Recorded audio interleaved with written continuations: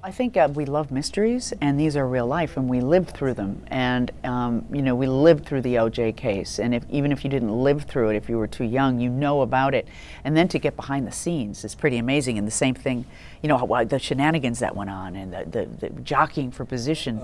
We are fascinated by it because this one in particular was a 17-year journey. So that in itself, that he was able to evade them, and then what made him become who he was is also interesting. So unfortunately, there'll probably be a lot of these kind of things to do shows about. I was watching him years ago. I like kind of non-fiction stuff with it. It's stories kind of, it's stuff that you can't make up. You know, it's like with this, as you said, the actual sketch artist, not the sketch not being the sketch, but a sketch of her remembering the sketch artist, and that's who she painted. Stuff like that, I was like, you couldn't create that.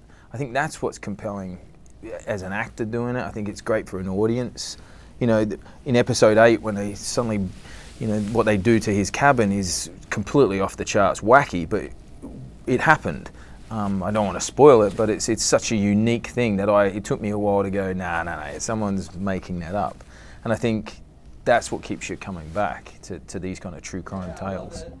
My first job, which was during this time, was America's Most Wanted. So I was doing dramatizations of real cases and following the Unabomber case because I was in DC for, you know, working with law enforcement and working with FBI. So I was, and yet I only knew what the public knew. And now, like, having seen the diaries and the journals and the unpublished autobiography and the case file and talking to Fitz, it's amazing to be able to bring people behind that curtain and do it in an inclusive way where they're able to follow along. So I'm curious when you see it if you found that you could follow all the ideas and if we messaged those well.